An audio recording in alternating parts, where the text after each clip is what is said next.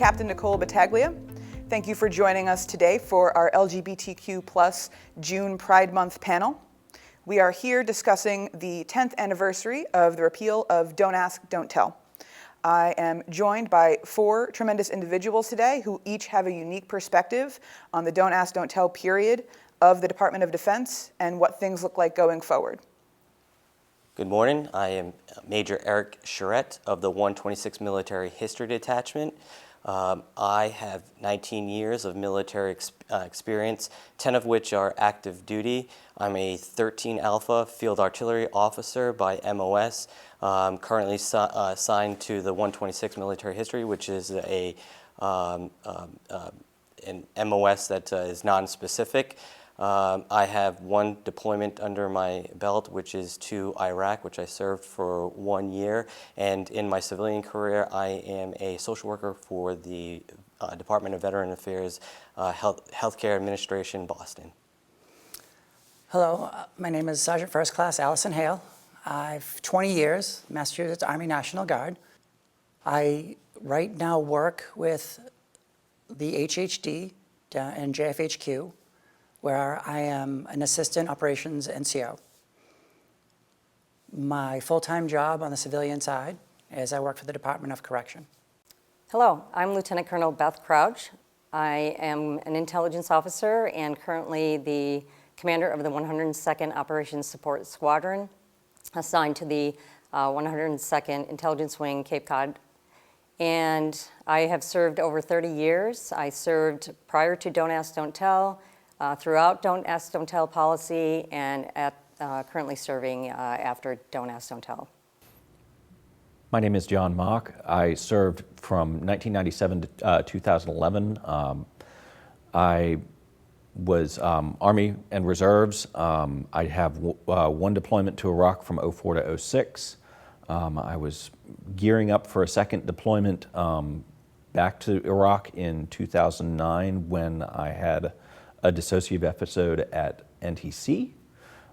It involved some divulsion of a relationship I had previously had with another soldier, and that precipitated my discharge, not quite under DADT. They did it for unsatisfactory performance, but the upshot is exactly the same. Thank you, all of you, for being here today. I look forward to hearing more about your stories. I'm going to start off with a question for Sergeant First Class Hale. You've had the unfortunate circumstances to serve under two separate Don't Ask, Don't Tell, the original one that was repealed in 2011 and the more recent ban on transgender service members. Could you start off by sharing what it was like to serve under both? Yes, like John, I entered into the Army Reserve at 1997 and had my deployments with Bosnia and Iraq with the 94th Military Police Company, which is a little different than most MOSs in the military since we're co-ed. And due to that fact, there was a lot of conversation that does get to transmit between both of us, male and female. And with that, you got to hear, how do I say, yes, anti-gay speech. But then at the same time, the hypocrisy was they would do quote unquote gay acts for friendship or for teasing or for male bonding and then flip it and say, you know, that, well, that's just being gay or that's just being gay as a negative connotation. And it definitely left questions to be made, like, what does this mean? Is it really, quote unquote, gay is bad, or is gay friendly? Is gay, what does this mean? And you didn't really have that knowledge of violence or bullying because that was considered at the time drill. You were training. So to be hazed or to be bullied was to suck it up and to move on, was to, well, you know, deal with it. You know, do you need a Band-Aid? You know, so those teasing words were kind of taken and made you feel like maybe you're not strong enough, so you would have to go harder. Which in one way it was nice because it kind of developed me to be the woman that I am today, but definitely was a period of time where it was definitely a negative connotation that had violent undertones to it.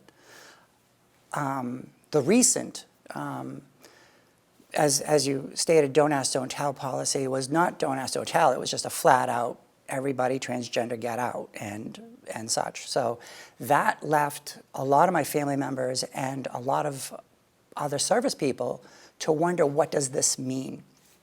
And it literally made me have to take a step back and realize that you can't make an executive order with 140 characters for a tweet. So, and since that's how it was introduced, was through Twitter, that those 140 characters that stated that transgender were not allowed ever in the military, or there's just no room for them, didn't really take hold, at least not with me. I counseled others that were younger than myself and what to do, and literally what you can say and what you have to do is just stay the course. Believe in what you're doing and keep moving forward. And that's really what guided me through that second phase of really hate speech that went out. And if I may digress, there was that moment where President Obama put out the RAND organization, which put out the report. And what I took back from that was the United States would have been number 19 in the world to allow transgender in the service. We weren't even number 1, we were number 19. And these other countries are still functioning today. So the mere fact to repeal it, to say that we just don't belong, definitely made me question a lot of decisions that were out there at the moment. So, but yes, thank you. I hope I answered it. Yes, I believe you did. Thank you for sharing all of that. Thank you very much. This next question is going to be for John. John, you served under Don't Ask, Don't Tell and were eventually separated from the Army due to that policy, though maybe not in so many words on your DD-214. Can you tell us a little bit about that experience and sort of walk us through what that separation process was like for you? Yes, absolutely. So as I said, I was deployed in 2004 to 2006 to Iraq. While I was in Iraq, I had a relationship with a soldier who was killed in action. Excuse me. But the situation was such that, you know, the mission tempo being what it was just basically drive on. Don't really have time to process it. Don't really have time to think about it. Just do your job.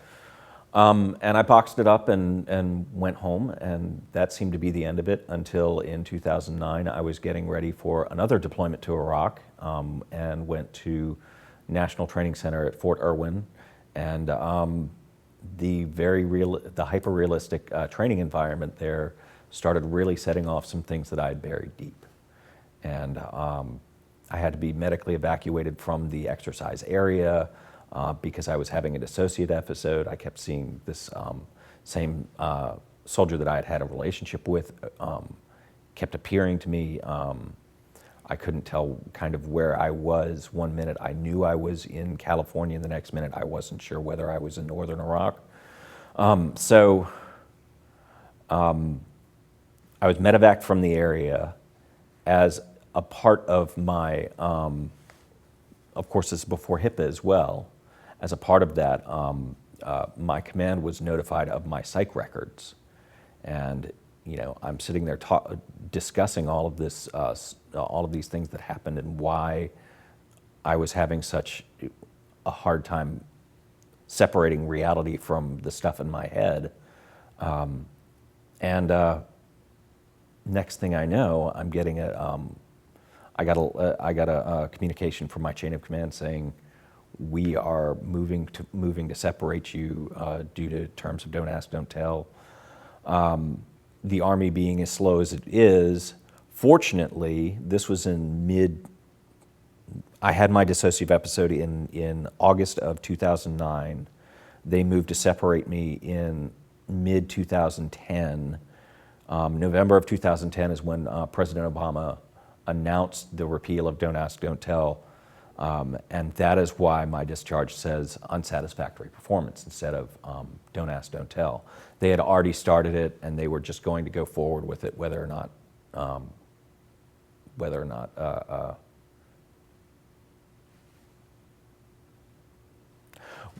regardless of what happened, they were going to go forward with it. Sorry. Thank you for sharing. This next question is going to be for Major Charette. With your work at the Boston VA healthcare system, you deal with veterans who are currently transitioning. Can you talk about some of the legal, administrative, and medical hurdles that some of these folks have to deal with? As a social worker, I think the first thing that I would like to talk about is more of the social-emotional impact that it has on soldiers that are transitioning. So, for example, when the government said that created an environment of trust, they said to people who had feelings that they were born a certain sex and they wanted to transition to something else. They said, "Hey, you can come out now. You can be yourself." But when they repealed that, it created a lot of distrust, which that distrust created a mental health impact on those soldiers. And not just that, they possibly lost family and friendships. They gave up a lot. So with giving up a lot, there's a 2-year process that the medical side says that someone who is transitioning to either a male or female, that you have to go through. You have to speak with a psychologist. You have to speak with doctors. So it is a very well-informed decision, and that's one thing that I have gotten to learn, that people who are transitioning, it's not something that they just go on a limb and say, "Hey, I want a lower standard on my PT test."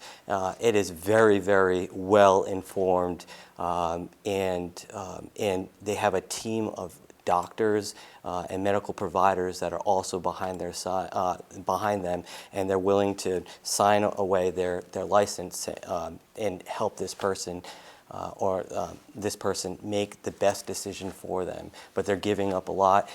In other cases where someone may have been removed from service for a don't ask, don't tell, another thing that they're giving up is benefits. So if you're separated from service, for whatever reason, you may get a general discharge. And what does that general discharge mean? That means that you gave that the VA is not giving you your access to the GI Bill, which the GI Bill helps a lot of soldiers who are transitioning out of the military get a decent job, because the military does have decent pay. So there is a lot of administrative stuff that happens that negatively impacts soldiers that are transitioning, or those soldiers that were separated due to don't ask, don't tell. Thank you. Thank you for sharing some of the things that those soldiers and those veterans have to go through. Colonel Crouch, could you talk a little bit about what it was like having to implement the policies of don't ask, don't tell as a commissioned officer, especially as someone coming from the LGBTQ plus community? Yes. So at the beginning of my career, when I was enlisted and the policy came out, it was easy to hide behind everyone and not have to say anything. You felt protected. But when I became an officer and had to stand in front of my troops and talk about the policy, there was fear of, are they looking at me like they know that I'm gay? Are they, going to tell anyone? Is it something I'm saying a different way? There was always fear, constant fear. In fact, you're worried about whether your coworker who was mad at you that day was going to say something, and you were, going to be discharged, or if someone was jealous of your career and how far you were going, was it that was going to set them over the edge and tell your command staff that you were gay? And honestly, it was very exhausting during Don't Ask, Don't Tell, and I wish it never happened, because I was in before Don't Ask, Don't Tell, and didn't even come close to what happened during Don't Ask, Don't Tell with perceptions of others. And so it was exhausting having to protect yourself every day, protect your sexuality or your identity.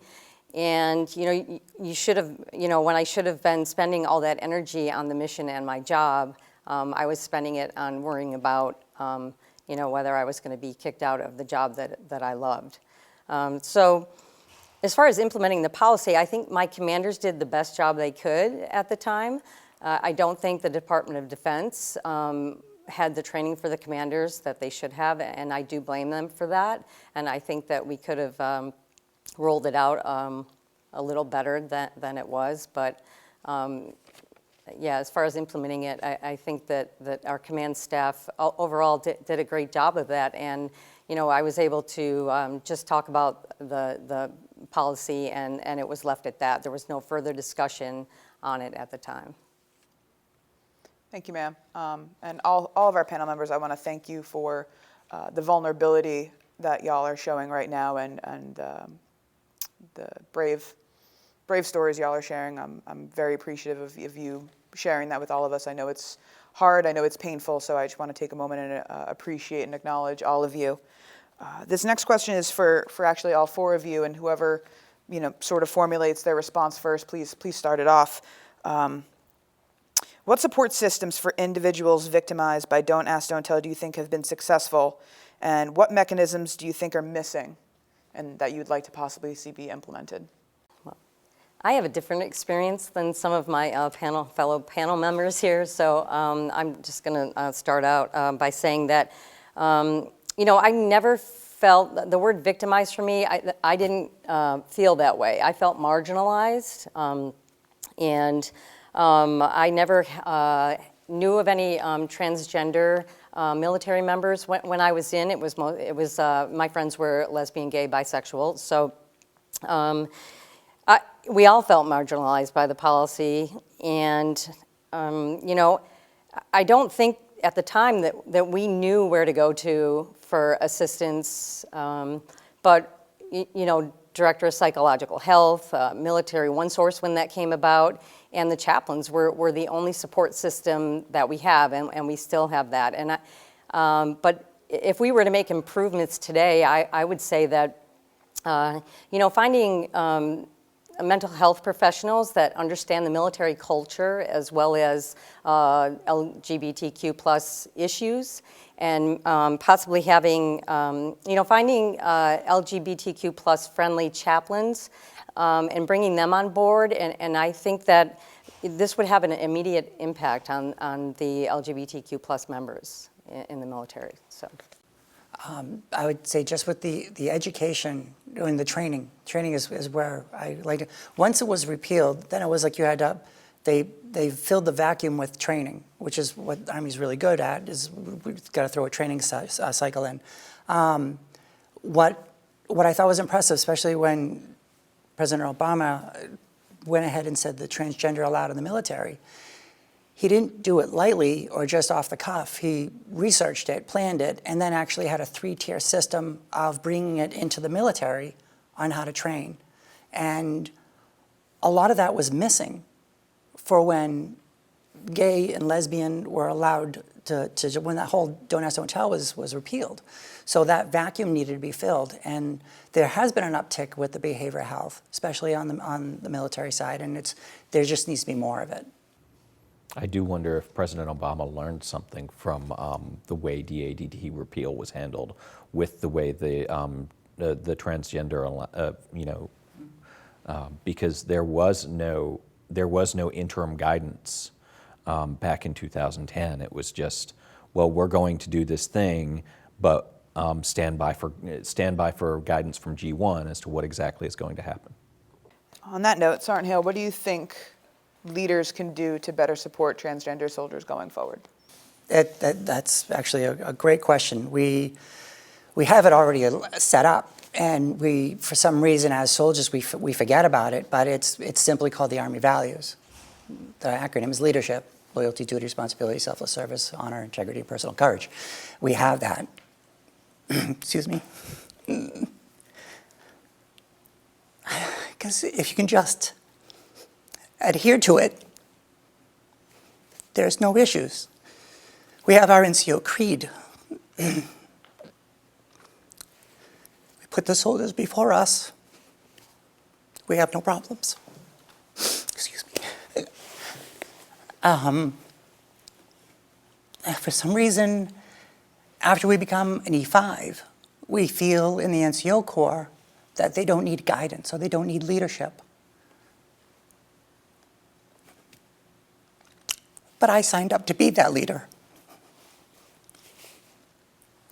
So going forward, I would like to see at least the NCO Corps step up and become that spinal column that we're supposed to be.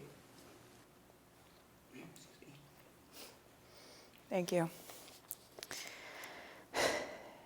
John, what do you think the Army can do to support individuals who may still have bad paper discharges or the discharge that they shouldn't have due to don't ask, don't tell's policy? Well, I'm not sure it's something that the Army can do, but I do think it's something where the Department of Defense and Department of Veteran Affairs can really help.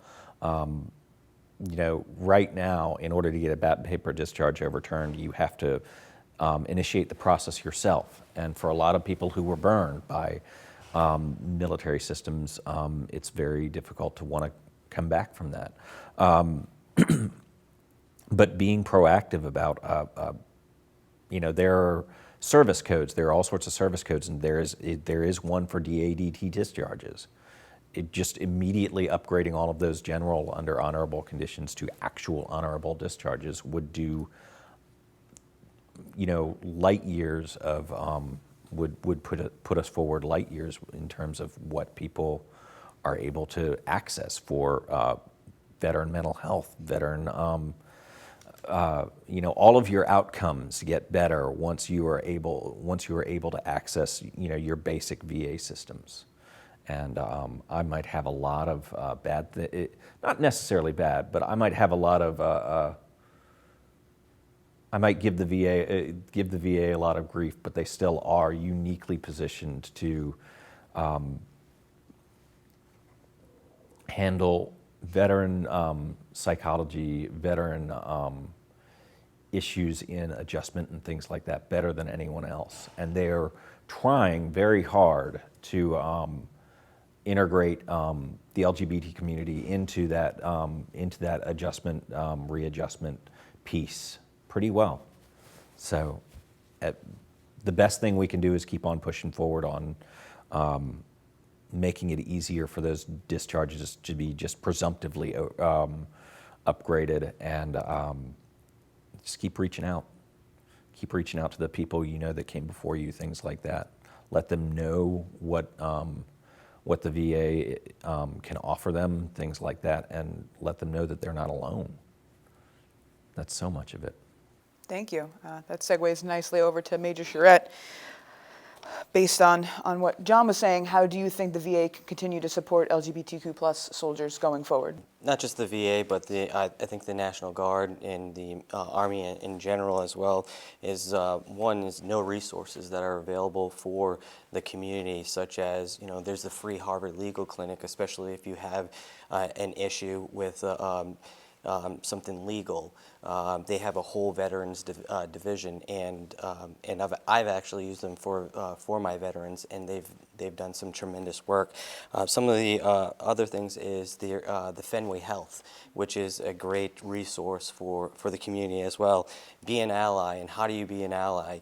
It's maybe small things. At the VA, I wear a lapel that has the rainbow flag, and that just is to signify that, hey, I am an ally. And how do you do that in uniform? Maybe you just have a pen or something like that you pull out that someone can look at and say, okay, this person gets it. Using correct pronouns, whether or not you have a belief or anything like that, it's not about your beliefs. If I'm me in the military, I can be apolitical. I can also be apolitical about that as well. So use the correct pronouns. Make an effort. Show as a leader, as a commander, show your soldiers that you are making an effort to support different communities, especially marginalized communities. You know, there's a reason why, as a social worker, when I tell a soldier, when they've come and talk to me and they see me as a field artillery officer, combat arms, they're they're not as apt to share stuff with me, but as soon as I tell them I'm a social worker, you see this sigh of relief, and then they're more open to talk about me, about what's going on in their real life. Why is that? Because social work has dedicated their lives to marginalized communities, and just imagine as a leader, if we do the same thing too, if we dedicate our lives to our soldiers, no matter what their socioeconomic, sexual orientation, their religion is, we will actually see our readiness go up. Why is that? Part of that is because the younger community is much more open-minded than the older community. I have about maybe 4 or 5 years left on a shelf life in the military, so basically I'm transitioning out. But I need to find those new people, those open-minded future leaders that is going to push the military light years beyond. So it's not about me; it's about the attrition of the military, especially if we're going a military route. I loved everything about that answer. Thank you. Our final question is going to be directed to Colonel Crouch. Ma'am, from your foxhole, how can leaders promote stronger diversity and inclusion within the Massachusetts National Guard and the military going forward? Well, so I think, we're already, starting to do that. I mean, look what's happening today. We're here at the 10-year. It's an amazing thing. So I thank you for that. And I think just like Sergeant Hale said, it's education, right? It's communication with the troops, with the airmen, soldiers, and we being a diverse and inclusive force, it's essential in today's military. We need to, focus on, morale, cohesion, readiness, all of that, and become stronger together. So I think the communication, with your troops about like biases, we all have them, right? But understanding that you have a bias and how how it can be negative and harmful, and understanding that you can make bad decisions at work because of that, and everyone is affected by it. So communication, education, as I said, accepting people for who they are, regardless of their sexual orientation or identity. I think that's the way ahead, and having events like this for us to come to and, educate other soldiers and airmen. Thank you, ma'am. And that's going to conclude our panel for this morning. I want to thank the 4 of you from the bottom of my heart for coming today. There was a lot of brave stories told, a lot of vulnerability shared, and I'm very grateful for what you shared with us today. This conversation is wrapping up, but I hope the conversations you have in your formations are just starting to begin. There's a lot more discussion to be had. I think we've made a lot of great progress, but I think we've also acknowledged that we do still have a ways to go, and the only way we get there is together as a unified, more diverse force. I'm Captain Nicole Battaglia. I want to thank you for joining us today for our panel discussing the 10-year anniversary of the repeal of Don't Ask, Don't Tell, and I'd like to wish everybody a happy Pride Month. Thank you.